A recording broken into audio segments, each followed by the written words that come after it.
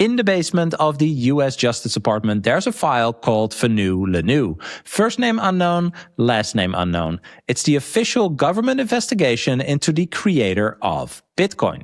In this episode, Hollywood producer Tucker Tooley and veteran private investigator Tyler Maroney join me to talk about their 4-year quest to finish what the government couldn't.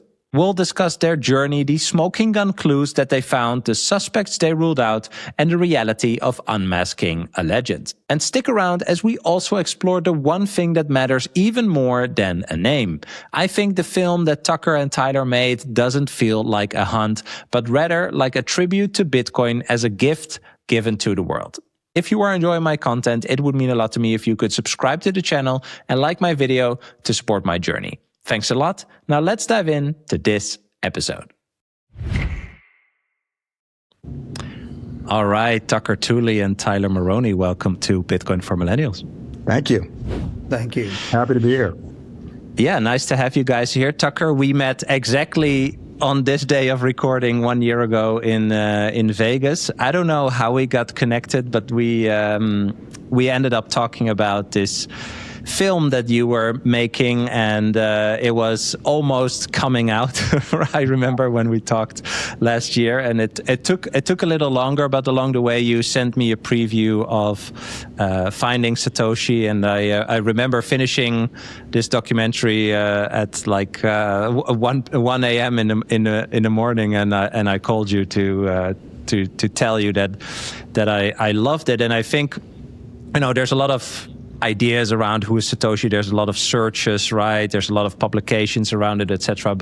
And we'll talk about this. I think this is also a really great tribute to what Bitcoin is, right? And kind of like the ethos behind it. So I'm happy to have you guys here. I first kind of wanted to start, Tucker. I mean, you produced a lot of Hollywood films, kind of like in this traditional system, right? And for this film, you decided to be more like self-distributed. You partnered with Coinbase.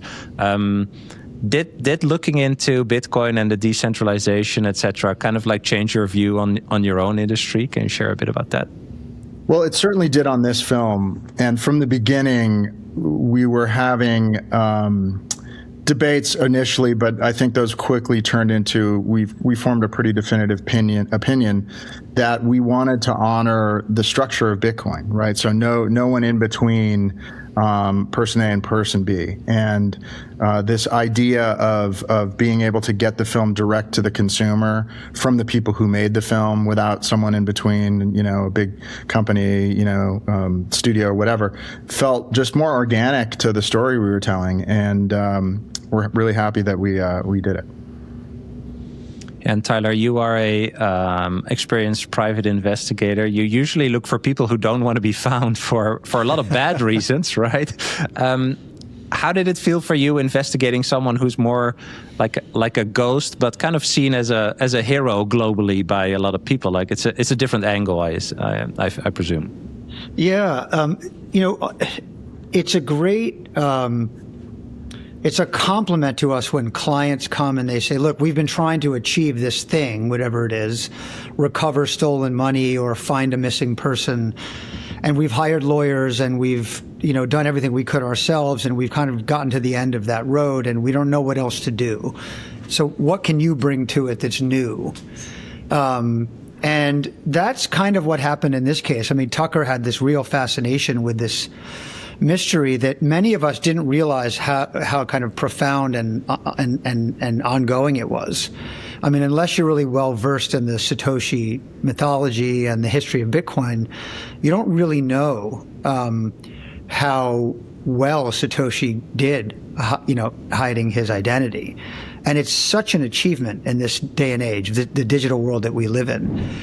So in that sense, it was a real opportunity to do the kind of investigation we've never really done before. So Tucker, where did your fascination come from?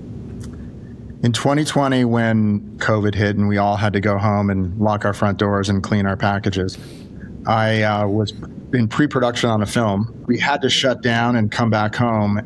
And I'd been interested in Satoshi, but honestly looking for something to focus on that I didn't require traveling to some exotic place to shoot something, I thought there might be an interesting story there. I knew that a lot of people had done great research before us, so I really just dove in and started reading everything I could about Satoshi from that point on, and pretty quickly figured out, well, no one really has a definitive answer, and in my estimation, this is the single biggest financial mystery of all time. Satoshi, today is the Satoshi wallet, at least, is has a very significant amount of wealth, somewhere between, I think, 80 billion and 120 billion, depending on the price of Bitcoin. In the last sort of 6 months, that's been the vacillation. So having some entity or person have that amount of money, never sell it, never move it, is a fascinating thing. And as our partner on this film, Bill Cohan, likes to say, it's not human nature to have that kind of wealth and never touch it. So that just sets up a mystery, and I'm a storyteller, and I love to try to solve mysteries, or to try to tell stories about mysteries, especially when they're very complex and involve a lot of different people. But pretty quickly we figured out that this was not just a mystery, but a human story, a story about human beings. And I think that's what differentiates the film potentially from other films about this. It's not some opaque person in a mask. This was a human being. These were human beings. And when Tyler came on board, we really dove in to figure out not just, where the story starts in terms of Satoshi, but all of the events that led up to the creation of Bitcoin, and probably gave Satoshi the motivation to do what Satoshi did. Yeah. So did you guys have any suspicions when you started? I think, Tucker, you probably more than Tyler. Like, Tyler, did you start from scratch, and did that help? Like, how is, I mean, like, in the Bitcoin community, you have all these different ideas around it, right? And we'll get to, like, some people don't like the kind of attempt at doxing Satoshi, for example. And like, how did you start? Did you know anything about Bitcoin, or had you ever read anything about Satoshi? A little bit. I mean, that was the first thing that we did. Picking up on what Tucker had done, is we made an effort to basically read everything that we could find, every Medium post, every Reddit, every subreddit, every news article, to kind of figure out what had been done already. And we came across, all of the candidates that had been floated before, whether it's Hal Finney or Steve Jobs, whether it's Elon Musk or Nick Szabo, right? And these are names that had been floated out there for many years. And so we took all of the candidates, there might have been 15 or 20 that we had at least, and then we said, okay, let's put them over to the side, and let's start again from scratch. Because what we'd never want to do is begin with a hunch or a conspiracy theory, because if you do that, you're already kind of putting blinders on, like from an investigative methodology. And so we put those to the side, and then we went out into the world. Actually, one of the first things we did, Bram, is we started interviewing all of these cryptographers, computer scientists who build these privacy and security systems, right? These are the men and women who've written software over the last 25, 30 years to allow us to send emails to each other so no one can hack into our emails, or to send a financial transaction, a wire, for instance, so that no one else can hack into that. And these are the people who built these systems. And we suspected and knew that Satoshi came out of this world. In the 90s, there was this group of people, as you know well, called the cypherpunks, which were essentially kind of nerdy mathematicians, but they had this idea that they could use technology to try to create some kind of protection for the rest of us, like as corporate power and government power was increasing. And so back to your question about candidates for who we thought Satoshi would be, I started asking people in this community kind of very open-mindedly, like, when you talk amongst yourselves, I would say, like, what are the names that float to the surface? And genuinely wanting to know what they thought, not giving them the names of people that we had already considered.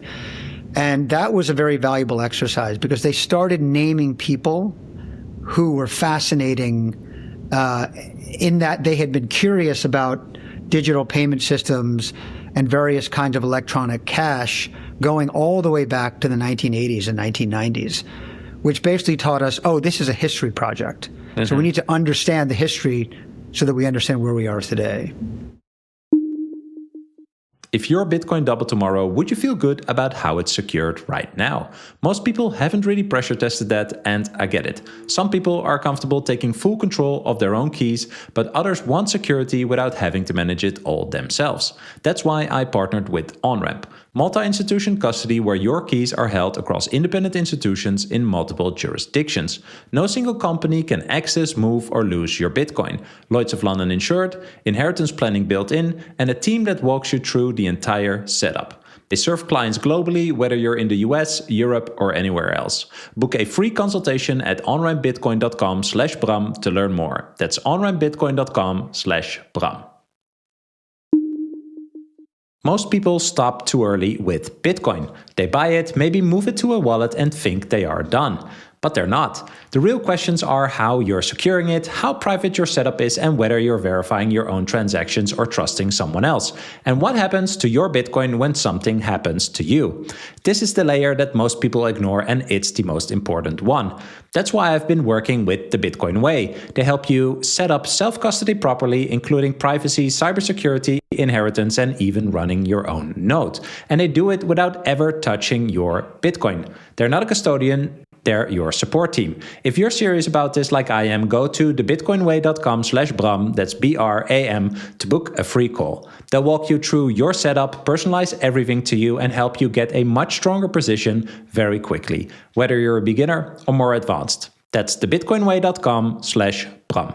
Yeah, it's really interesting if you look at also like the technologies used and all the research before. You could say that Bitcoin is kind of like this culmination of even like 70 years of computer science type research, right? Where the cypherpunks that you reference were, I think, really at the first that were at the point of trying to apply the actual knowledge into practical products or examples. There's this famous example of the printing of the T-shirts from the PGP team, right? And that they travel and that they get into a bunch of trouble. And actually later, I don't know if that's also in the documentary where Phil Zimmerman of PGP, he talks about that Hal Finney was actually, I think, the person that had that idea or whatever, right? And that Phil Zimmerman took the blame for him or something like that. But I always thought it was just interesting to see that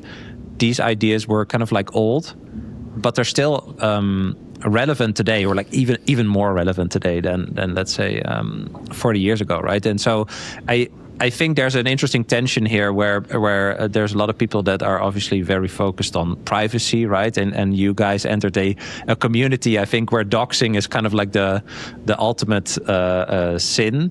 And so like early on, like you just shared, Tyler, when you guys went out there, did you feel like you were being treated as outsiders to kind of like ruin the magic, or more like journalists and people actually genuinely interested, like Tucker, like you shared how your history before, kind of like trying to find the truth? Like, was there any hostility trying to build this trust? There wasn't as much hostility, to be honest, as we expected. And I think part of that is, again, I was taking Tucker's lead on. We really wanted to go out into the world with a genuine curiosity about what we were trying to learn. And one of the first things I did actually is I called up maybe the most famous cryptographer in history, whose name is Whit Diffie, who Tucker knew all about, by the way, to give him credit. And I said, hey, Whit, by the way, Whit Diffie, for those who don't know, is most famous for co-creating public key cryptography in the early 1970s, and this is used by RSA and then by PGP and then Bitcoin and countless other technologies to give us the protection in the digital sphere that we have to this day, 2 generations later. And I said, Whit, can I take you out for lunch? And he and I had like a 4-hour lunch in Silicon Valley, in Palo Alto. And at the end of that meeting, he said, you know what, you should come with me to the crypto conference in Santa Barbara, which is a cryptography conference that's been happening since the 1980s. You can basically be my date. And so I went with Whit Diffie to this conference. And it's like, I said this to Tucker once before, it's like going to the Oscars with Robert Redford. It's like this legendary guy who's like introducing me around to people. And I realized he was doing that because he believed in the mission. And he felt that we were taking a very cautious approach to this, not trying to unmask or dox anybody at all, and getting Wit to literally like interrupt people in the middle of conversations and introduce me to people was really a wonderful way to get, you know, an introduction into that world. Yeah. Yeah, Tucker, for you, I think you said, you know, you're a storyteller, and I think, you know, I'm deep in Bitcoin Maxi Twitter, right? So, and I've been kind of like teasing the film. I'm sharing like I you know, with people like I think you will like, you know, how it's portrayed, what the conclusion is, etc. Right? And now that it's out, I've seen people comment like, you know, this film is rehashing whatever we talked about in forums like 7 years ago or whatever. But like, how do you know, that is obviously a way smaller group of people. This is kind of where I want to get to. Like, I feel that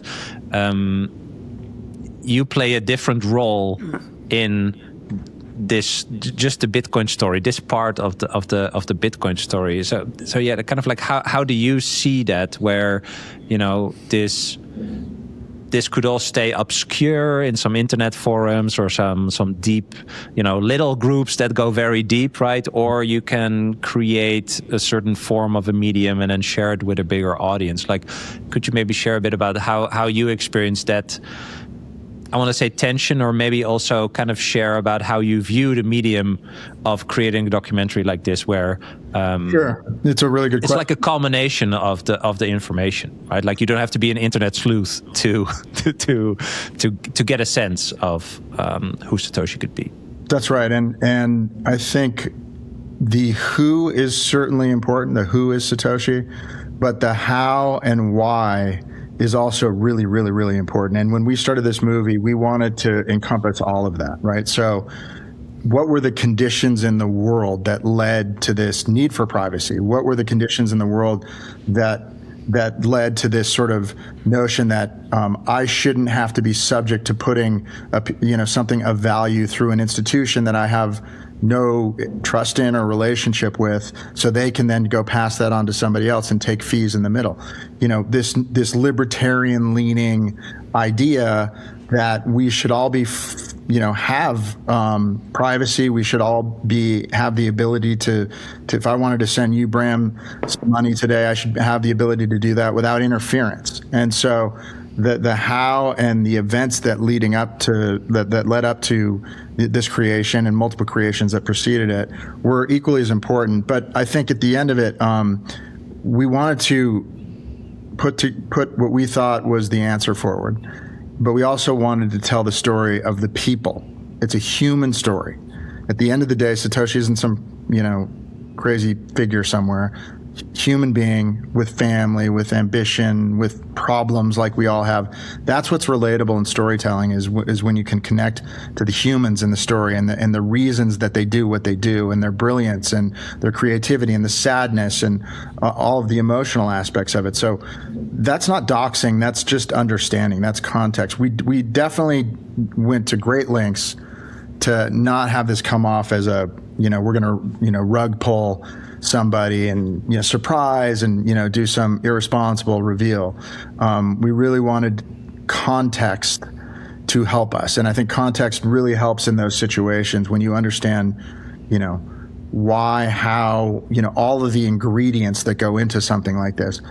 Additionally, I think in terms of appealing to a broader audience, we set out to not only solve the mystery, but to explain in a way that didn't feel like you were going to school why Bitcoin is good, why we think it's good, what the virtues of it are, how it came to be, and how it works. Because in the movie business, if you can't pitch something in an elevator, it's hard to sell that as a film. And as much as I knew about Bitcoin, and as much as the people I was friends with knew about Bitcoin, when you sat down to get an explanation of what Bitcoin was, it was it was like a 25, 35 minute explanation that went on to the next day. Oh, I forgot about this, and it does this, right? And so we wanted to simplify that accurately, and make it entertaining to people. And so I think the big part of the movie that is overlooked when your movie is called Finding Satoshi is, the explaining what Bitcoin part is, the explaining what the blockchain is, the explaining about privacy. So these are all things that I think are infinitely interesting, and I think important in the world, and important if you're interested in finance, if you're interested in the economy, if you're interested in how money works. So I think we do a good job, and I hope people appreciate it, of explaining that and sort of deconstructing all that in a way that is very relatable and understandable. Yeah, no, this is exactly why I thought it was valuable, right? As compared to this, for example, last week or 2 weeks ago, there was this New York Times article calling Adam Back Satoshi with extremely simplistic reasoning. And that's a nice way to say it, I think. And also, again, I think rehashing stuff that has been debunked way before, right? And it kind of shows that it's just for the clicks, this is this mysterious person sitting on 100 billion and whatever. Like, where are they? Something. It's this guy. That doesn't really show, I think, respect for the kind of gift that Bitcoin is to the world, and I personally think that is very important, and also I think kind of shows also the difference between honest interest in the actual subject or trying to get clicks for the ads on the website, right? And so that's really also why I thought it was valuable. There's a moment in the film that I thought was really interesting. I learned a new term. What did you say? First name unknown, last name unknown? Fanu Lanu, first name unknown. Fanu Lanu. Yeah. So you're sitting with a Justice Department official, and they mentioned this Satoshi file, right? With this first name unknown, last name unknown. Yeah, we were sitting with Katie Hahn, who was in the Justice Department during the Obama administration, or she's a prosecutor during the Obama administration, and she was tasked with looking into what is Bitcoin, what is this, and she was explaining that there is a file that exists, that the title of it is Fanu Lanu, and it's not John Lanu or Fanu Smith. It's first name unknown, last name unknown, and that is the investigation into Bitcoin. And we just found that fascinating. That's sort of something you would find in a detective's office and for an unsolved crime or something like that. And it's very relatable. And when anybody who's delved into trying to figure out who Satoshi is starts at that same place. Like, we know Satoshi is not Satoshi's real name.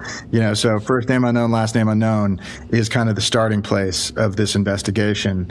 And, where it leads you is, and you referred to the New York Times article. I just want to say, I think John's an incredible journalist and reporter. There's a tendency, and we are guilty of it as well with this movie, to be overly optimistic about how long it will take you to do this. And we learned the hard way, and I certainly learned the hard way. This movie took twice the amount of time that I thought it would, and twice the amount of money that I thought it would, because you can't force an answer. You have to come upon it. And so if you have a deadline for, I'm going to write this. No, I'm not saying that John did, but if you have a deadline for, I'm going to write this article on who Satoshi Nakamoto is, you better come up with the answer by the deadline. We got lucky. There was a moment in time in the movie where we almost just stopped because we were going down one road and we thought for sure that was the answer. And then we found out it couldn't be the answer. And we had to start over. And that's a hard thing to do when you're spending money and time. And so I have empathy for everybody who delves into this. It's a lot more difficult than it appears at first. Yeah. I mean, that's also why it's so intriguing, I would say, right? So maybe Tyler, for you. So you talked to this Justice Department lady, right? And I assume she was tasked with looking into Bitcoin because it was used in Silk Road or just, in some criminal endeavors, right?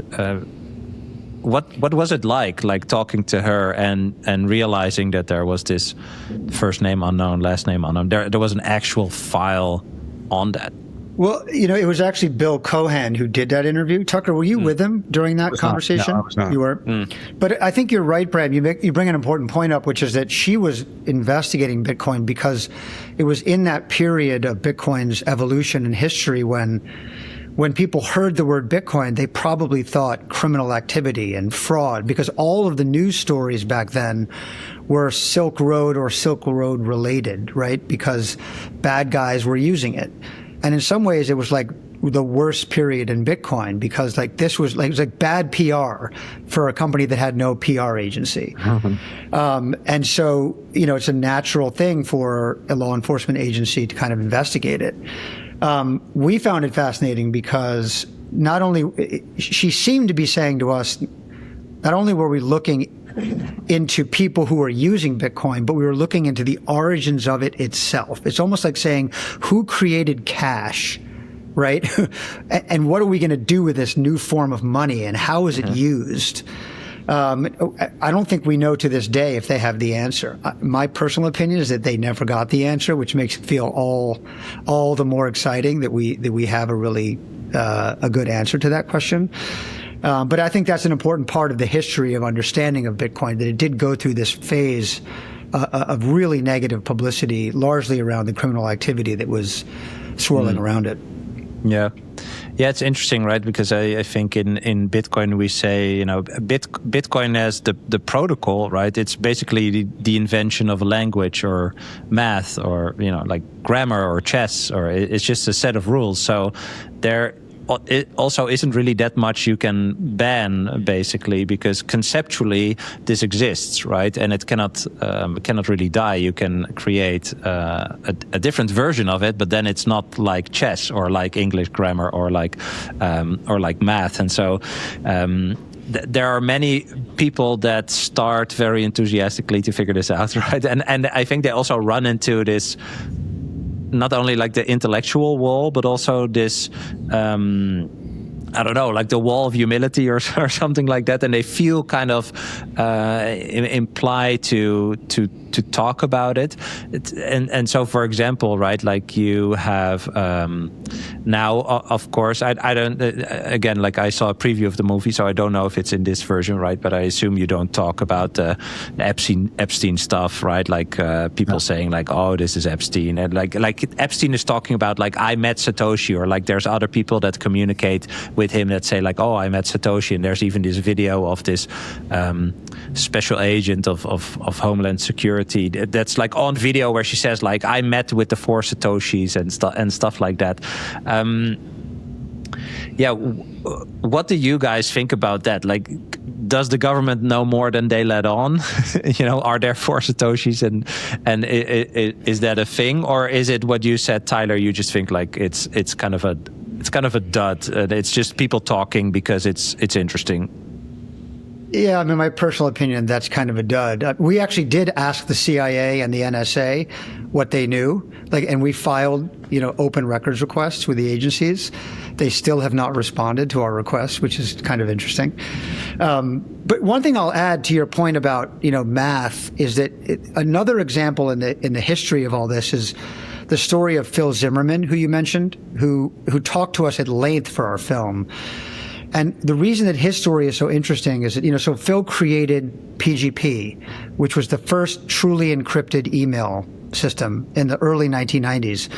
And one of the first things the government did, the State Department, is they considered launching an investigation. And in fact, they did. And they considered arresting and indicting Phil and his staff because they felt that this encryption could be classified as a munition. So it needed a license from the federal government because they worried that it was going to be used by terrorists and criminals. And eventually the case was dropped. And 2 of the people who happened to have been working for him at that time were Hal Finney, who wrote almost all of the substantive code for that, and Len Sassaman, who are 2 key people in our film. And the reason I tell that story is that set the precedent, or that was part of a precedent of the government being skeptical of software, skeptical of coders who did something that was so innovative and so creative in very much the same way that Satoshi did.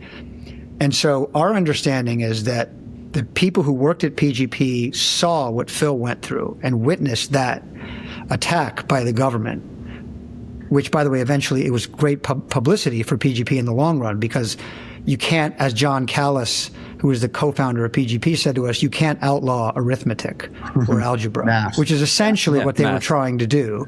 Yes. And so here we are, fast forward to Bitcoin, where why not be a little creative and anonymous and releasing, some open source technology, because the government has been skeptical of this before. For my European friends that want to buy Bitcoin with ease, check out Relay. I've been a longtime fan and happy to partner up with what I think is the best Bitcoin-only platform for Europeans. They offer a super simple, beginner-friendly app with no distractions and no shitcoins. You can do a quick one-time smash buy or set up automatic purchases when you're stacking regularly. And here's the thing that matters most. Relay is 100% self-custody. Every set you hold is yours. Your keys, your coins. If you want to get started, download the app via my link below or in the description and use code BRAM, that's BRAM, at checkout to get 10% off your fees. Every Bitcoiner hits this moment. You need cash. Maybe a house deposit, an emergency, or a tax bill, and you're staring at your stack thinking, do I really want to sell this?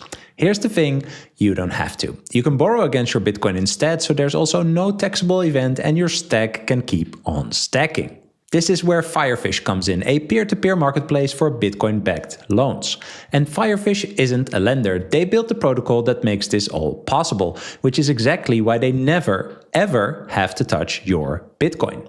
During your loan, your Bitcoin sits in an on-chain multisig secured by open source code. You can easily create a loan request with your desired amount, duration, and interest rate and share it on their marketplace at firefish.io. When you get matched and decide to accept a loan offer, you can use code BRAM to get 30% off your first loan's fees. That's firefish.io and code BRAM. The precedent was clearly set, right? And this is what I alluded to earlier, this part of where I think they printed books, right? And they traveled with the books and they printed the code on shirts and stuff like that to kind of like make a joke of the ridiculous point that, words are ammo, basically. And I like that this is a certain way of thinking, right? It's not only it's a certain way of thinking that comes from witnessing that you might end up creating just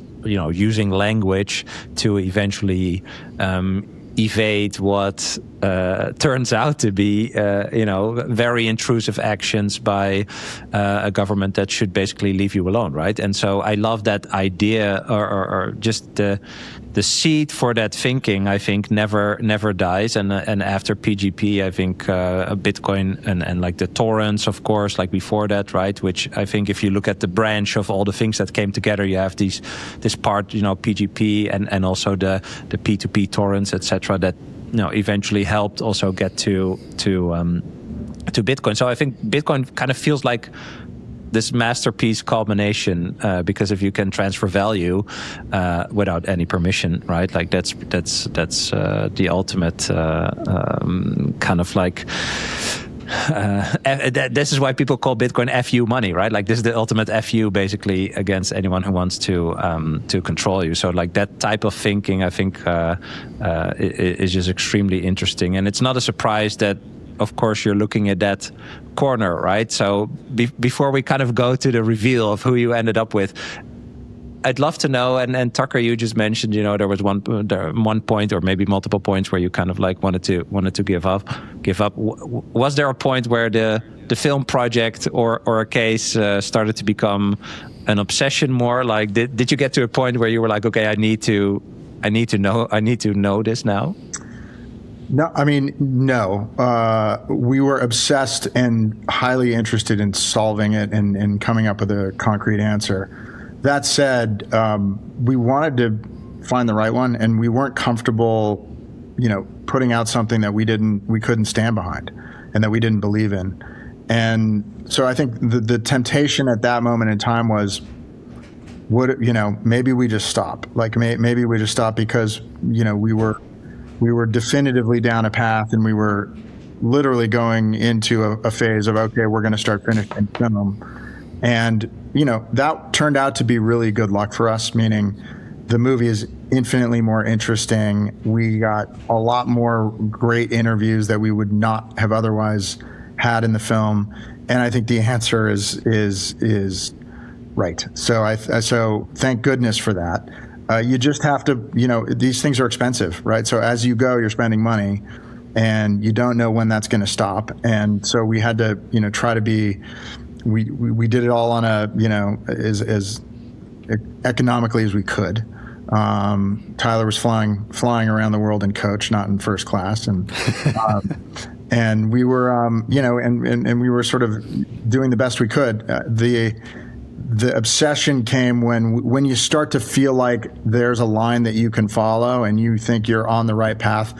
That's where the obsession really kicks in, because you can see the finish line and you're obsessed from getting to where you are to there. And so I think that's, that drove us through, I'll call it the second half of this film. Yeah.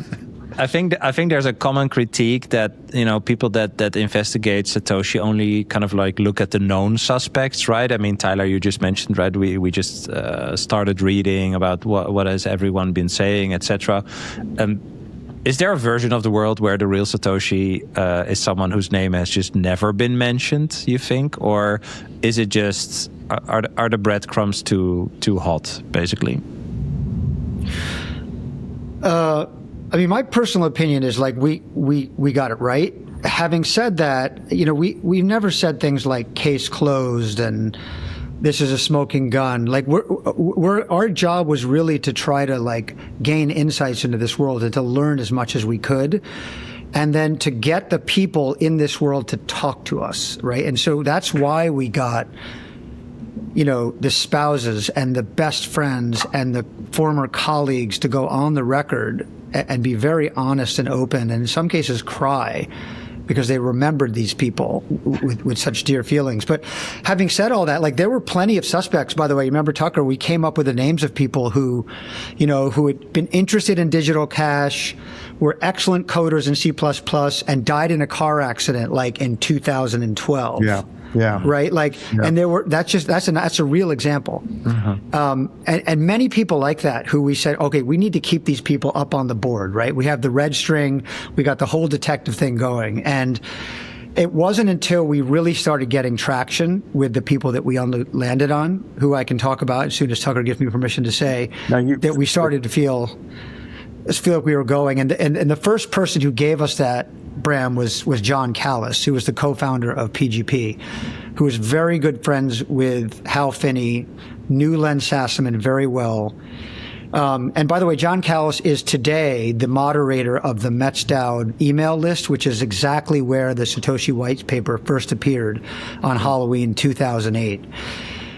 And John Callis said, come on over, let's talk about this. So I went to John's house and we spent hours and hours and hours talking about this. And I was learning from him and I was asking him questions. And then I did it again. And then he introduced me to colleagues of his and to friends of his. And then we got to meet Will Price, and I went to Will Price's house. Will Price, by the way, was the chief architect of PGP, worked directly for Phil Zimmerman, employed Hal Finney, gave Hal Finney all of his assignments, knew his coding skills. And so we really started to get into it back and forth. And in fact, and Tucker was wonderful about his support of this, I said to him, I want to make sure that we are not like going through the world with blinders on. I said, I want to make the case against Hal Finney to Will Price on camera. And this is in the film where I say, I'm going to lay out why I think Hal is not Satoshi. And he said, good luck. And so I went point after point after point. And it was, he schooled me. It was wonderful to watch Will. And he wasn't trying to be right. And he wasn't trying to be political. This is my personal feeling. He was memorializing a dear friend of his who he believed deserved credit for one of the most beautiful technological creations of the modern era. And so that kind of experience from an investigative standpoint was groundbreaking. Yeah. So the conclusion, right, hints at a collaboration between Hal Finney and Len Sassaman. Len Sassaman, who also worked at PGP, right, where your theory is now that Hal was the coder. Len wrote the paper, basically. What was the...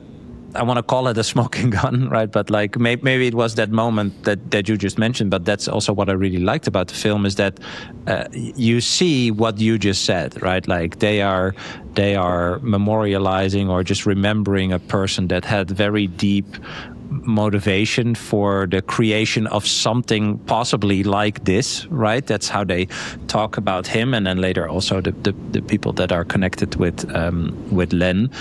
How do you kind of like...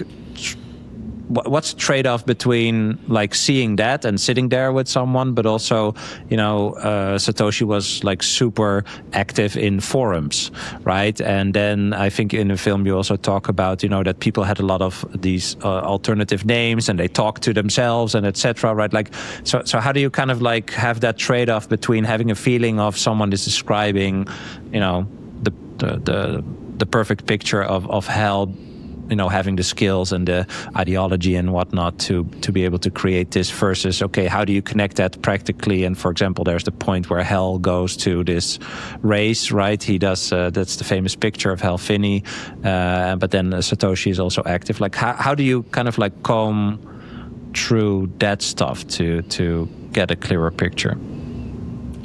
So I think there's a few examples that are in the film that I'm happy to talk about. But one is this example of Len was very public about posting about like basically shit-talking Twitter, shit-talking Bitcoin. Disliking Bitcoin, and, disliking Bitcoin. And we talked about a lot about this. By the way, we weren't the first ones to discover this.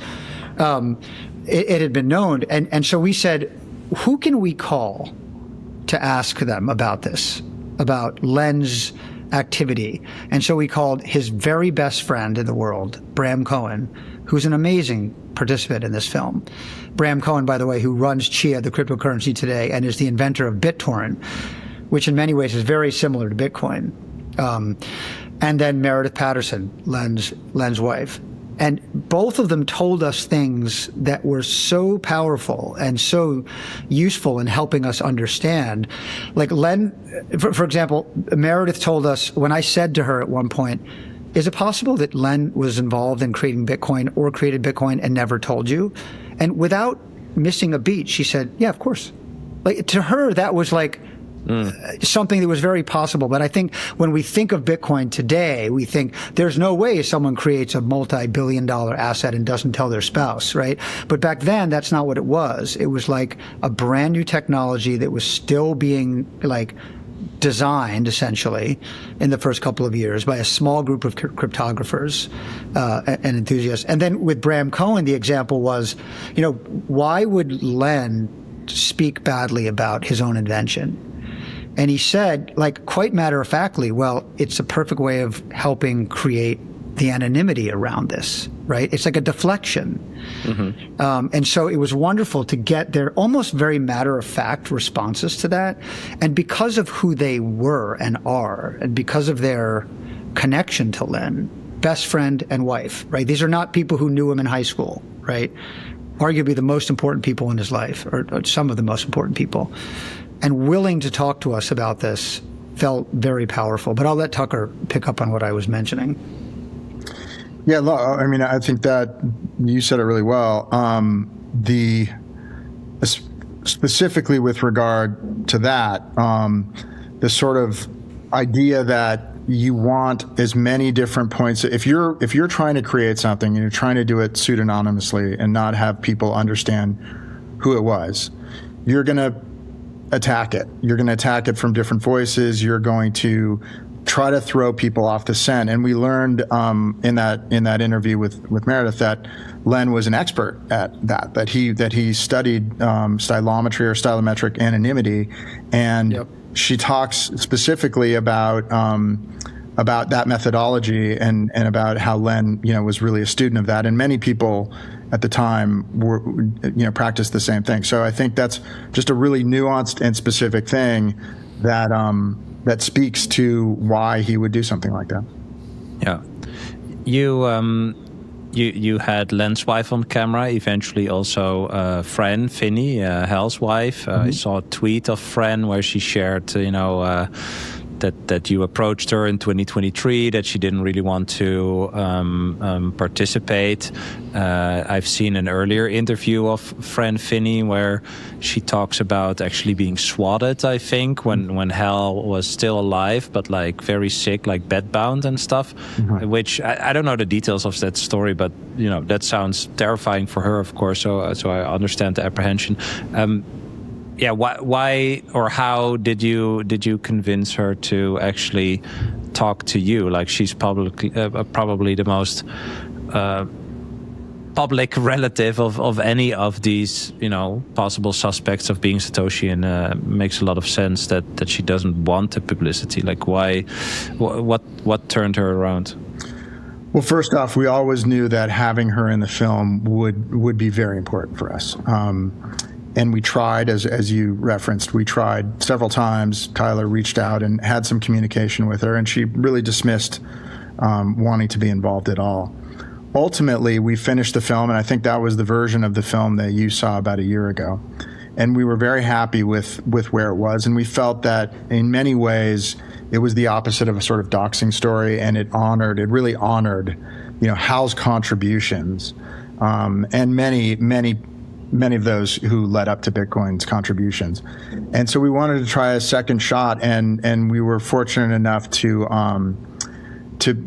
have a conversation and show the film to Natalie Brunell, who was friendly with Fran, and she was moved by the movie, and sent an email to Fran suggesting that she at least watch it, and no promises, but that she watch it and see how she felt about it. So we drove up, Christian Parent, who works with me, and I drove up to Santa Barbara, and we rented a screening place, and we showed Fran the film. I was very nervous about it. I think I called Tyler 6 times in the parking lot while she was watching the movie, just because I knew how important it was, not only to me, but to the movie, that she, felt protected by it and honored by it. And we really wanted ultimately to get her on camera. And she came out of the film and, gave me a big hug and said she really, was moved and thought the film was very interesting and compelling, and she agreed to go on camera. So we were, an example of why, had we finished it earlier, that would have never happened.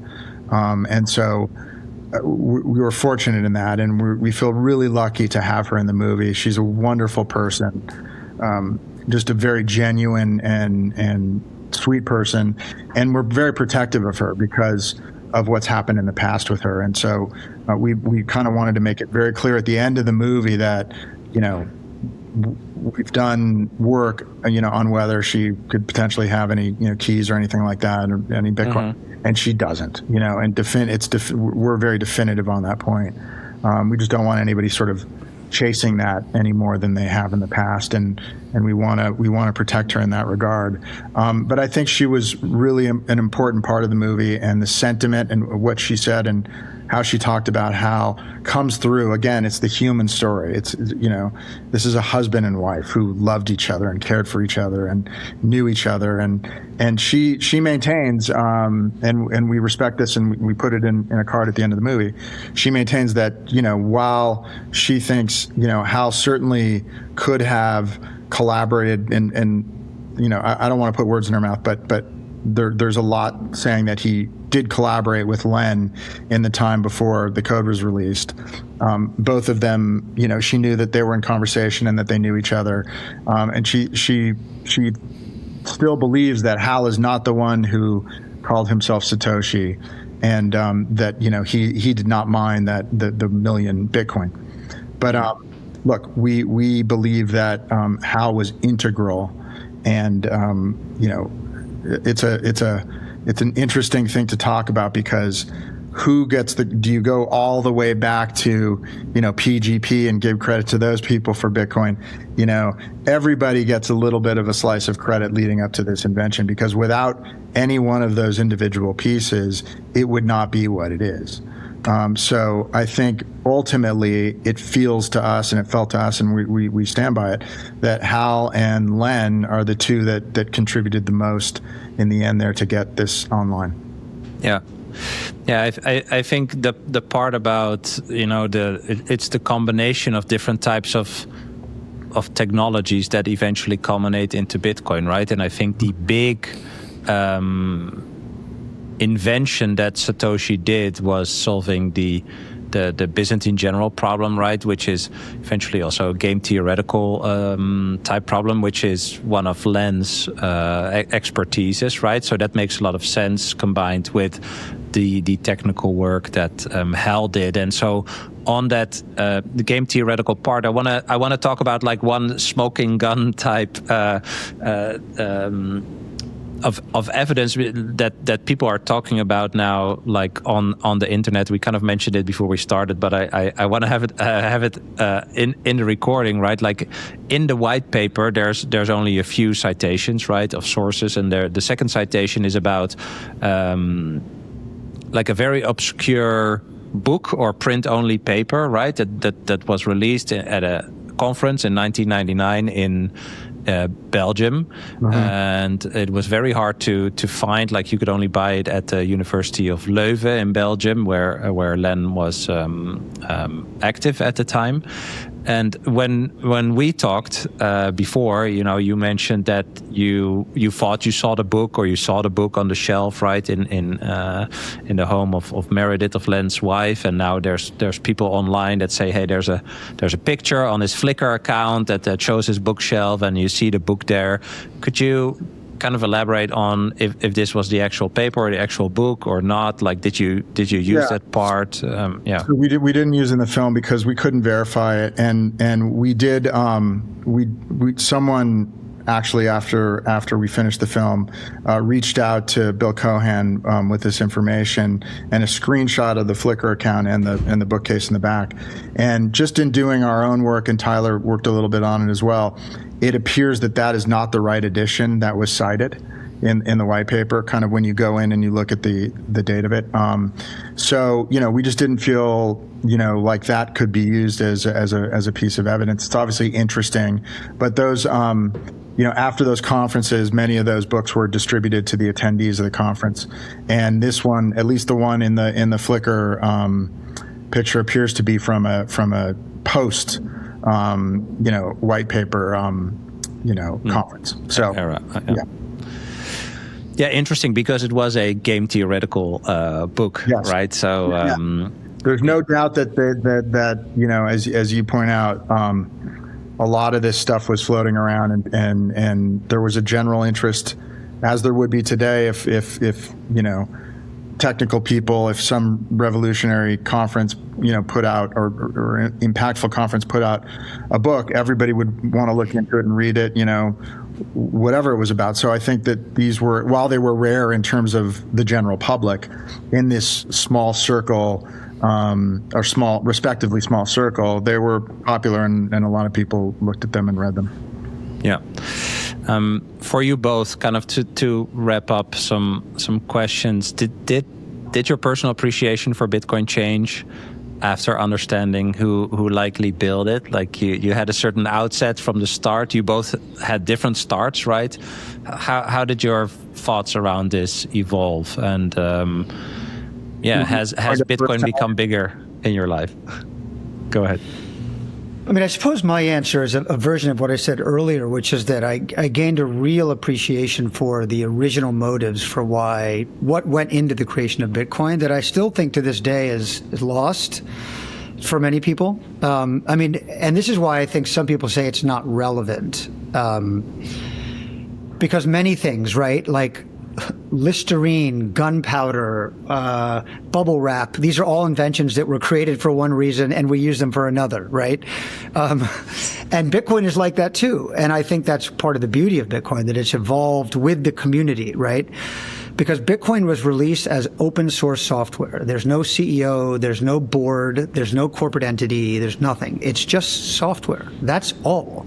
Right, that's what the code was released to be, which means the community jumps on board, and it's a collaboration of those who are curious about it and interested in about it, and that to me was in and of itself fascinating. Along with this idea that, if you read the white paper, like Satoshi very clearly says that this is an electronic payment system, right? It's a form of digital cash to protect privacy, and although it doesn't really do that today, I'm still to this day fascinated by those origins, and watching it become what it is today. Like almost every day there's new news about whether it's some new regulation or lack of regulation, or even during the course of the making of our film, a number of countries took on Bitcoin as sovereign currency. I mean, whether you like that or not is a fascinating development in world history. And so to kind of we were involved in this investigation as this asset, as this technology is kind of exploding, and much the way that AI is today, right? Like every other day you learn something new about it and where it's going. And so it's been fun to be surfing on that wave. Yeah, that's a really that's a good answer. I would say, for me, I really had an almost immediate appreciation of Bitcoin when I started learning about it, and through this process, that's only grown. Understanding how unique and interesting and intelligent and these people were who sort of led to this creation, and how difficult it was at the time to do, gives me a lot of reverence for it and respect for it. And I do believe that we talk about it in the movie. It went from 0 to $1 trillion in sort of less than 10 years, which is more than any asset class or company faster than any asset class or company has ever done that. And I think that's for good reason. I think it's here to stay. It's not going anywhere. There's a lot of elegance about what it does and what it is. There are certainly, issues down the road with quantum and, different things like that could, be challenging. But I do believe that something as profound as I believe Bitcoin needs a great origin story. And we wanted to contribute to that origin story with this movie in a way that was respectful and accurate. So I think through that process, I've just grown to appreciate it even more. Yeah, it's interesting. I always, use the argument of do you know how many ideas are released on the internet every day, right? In obscure internet forums all over the place. And then even 17 years later, this, you could say random idea, not so random once you get it, right? But this random idea is still surviving and thriving, and I think that is the main signal. And I agree with you, and I also want to emphasize that, on one side, I was always at the camp of, it doesn't matter who Satoshi is. It's what you said, Tyler, right? And it doesn't matter because Bitcoin doesn't really care. That's the whole point, right? It's not attached to anyone.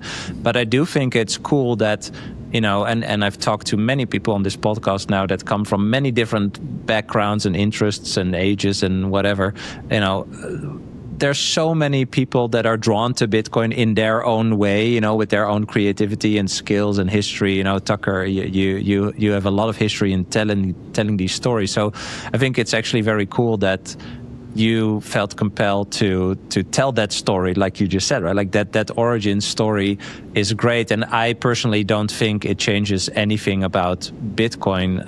It probably even, if you really watch it and get all the other info besides, Len and Hal, I think a lot of people will grow more appreciation of the concept and the reasoning behind this, right? And the motivation behind this as well. And I think that kind of, I would say, is more important than, and I think also helps Bitcoin, and the reason of existence for Bitcoin itself more than the taking away that anonymity. I mean, to a degree, I'd say we're lucky that they are not alive. I think that would maybe that's a question. Would that have changed that for you? Like, is there a difference between, them being both deceased or let's say it were two people that were alive today?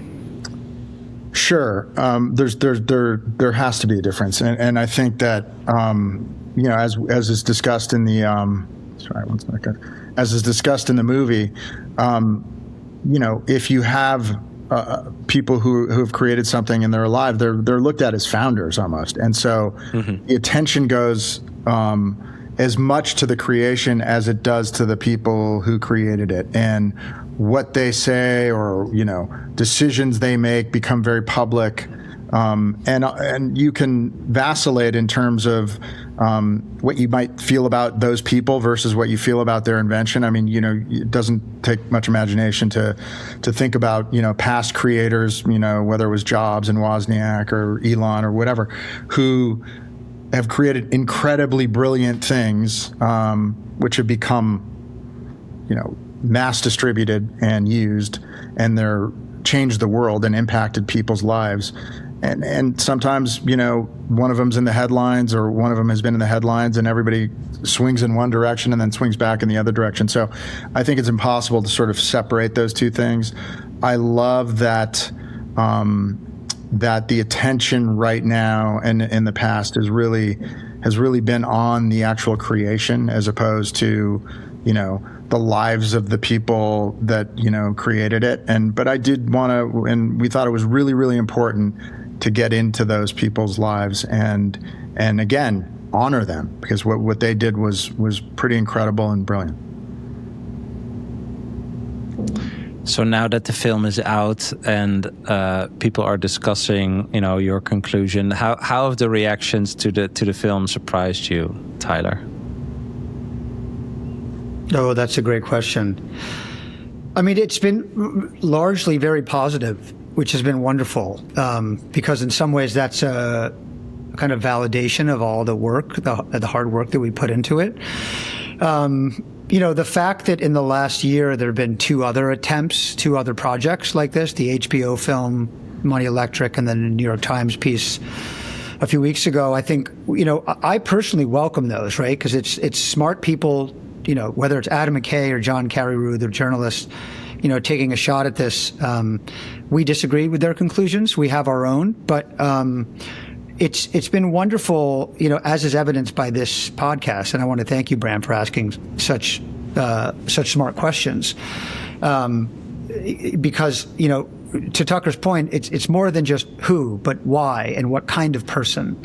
And that's the benefit of having someone like Tucker tell these stories, because his job is narrative. It's storytelling, right? It's keeping audiences engaged. And in fact, I would make an argument that we need more scripted filmmakers like Tucker to make documentaries, because it's a really fun story that we're able to tell, basically using, by their own admission, kind of nerdy mathematicians, right? And what an amazing project to be able to compile with that. So all in all, I'm really happy with the reception so far. Would you agree, Tucker?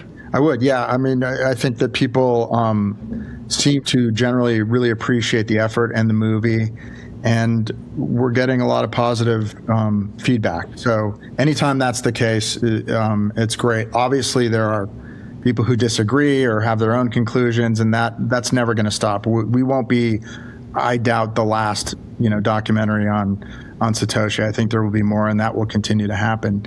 But I think we at least stirred it up in a good way, and we think we've done really good work and conclusive work. Awesome, guys. Well, thank you so much for coming on the podcast. I really appreciate your time, and thanks for sharing how this journey went. If people want to watch the film, they can go to findingsatoshi.com. And if you're listening and you watched it, let us know what you think. And thanks again, guys. And thanks, let's stay in touch. Thank you. Thank you. Thanks. I hope you enjoyed this episode. If you did, you can click here to find more just like it, and click here to find all Bitcoin for Millennials podcast episodes.